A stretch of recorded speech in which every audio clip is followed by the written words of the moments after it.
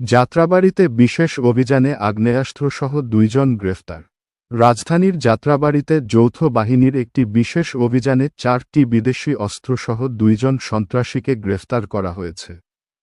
সোমবার ৩০ জুন প্রকাশিত এক সংবাদ বিজ্ঞপ্তিতে এ তথ্য জানানো হয়। বিজ্ঞপ্তিতে বলা হয়েছে, মিরহাজিরবাগ এলাকায় একটি সংঘবদ্ধ চক্র দীর্ঘদিন ধরে ত্রাসের রাজত্ব কায়েম করে আসছিল।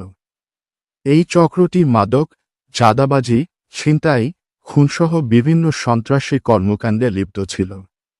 গোয়েন্দা তথ্যের ভিত্তিতে রোববার ২৯ জুন রাতে যাত্রাবাড়ির সেনা ক্যাম্প থেকে ক্যাপ্টেন মঈনের নেতৃত্বে যৌথ বাহিনীর একটি দল ওই এলাকায় অভিযান পরিচালনা করে।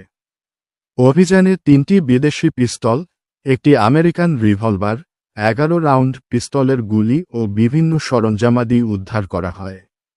এ সময় আনিস ও হোসেন নামে ২ সন্ত্রাসীকে গ্রেফতার করা সম্ভব হয়।